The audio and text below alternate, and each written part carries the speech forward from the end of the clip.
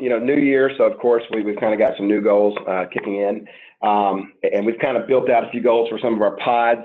I'm actually kind of trying to get the pod leaders to build out some individual goals for their people here by the end of this week. Last week was just kind of one of those weeks where we showed up and we tried our best to get the job done. But, we basically have forecasted this year. Like I said, this is our, I guess, really fourth full year, starting our fourth year of this brokerage model. And so we finally got some significant data, year after year to kind of go after. So we're really looking to push certain metrics and certain profitability goals this month. And of course, we're trying to increase them throughout the quarter and hit some bigger numbers. So, I can look into the Savannah margin goal, for example. I guess I can pull that up. Is that the way I pull it up here? If you go back, I think you just clicked it. I think you went into the edit mode. All right. I got you. Oh, shoot. There it is. All right. So we've got a margin goal for Savannah to hit $105,000 in profitability. This is based off a number that they have hit before, but they've dipped down a little bit. Some of that's due to some of the seasonality of their business. But also, this is a goal that, number one, it's on the higher end, but number two, I think it's achievable. So we didn't want to just create a number and just throw it out there. So we've kind of based that off of where we think they can be. As you can see, they're about a fourth of the way there. We're probably about a third of the way through the month.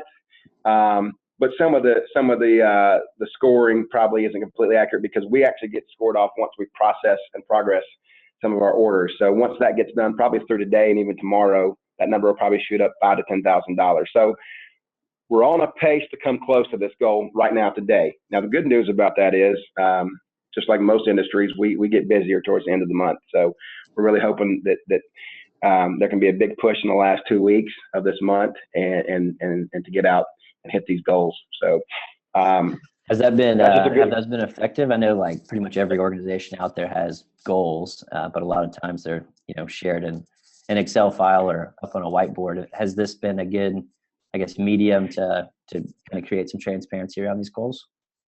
Yeah, it has. I mean, I think the main thing is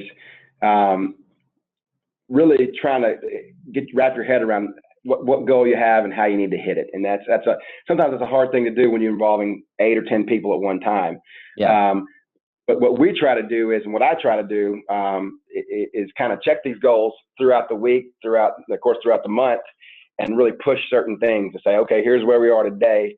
Let's push this, let's push that. Let's get on the phone and maybe ask this person who picks up towards the end of the month what their month's going to be like. So we really try to motivate and manage off of where we are and going towards the goal. As we get closer to the end of the month, I think the intensity kind of raises. We do a couple different emails and spreadsheets as well that kind of show our profitability and things like that.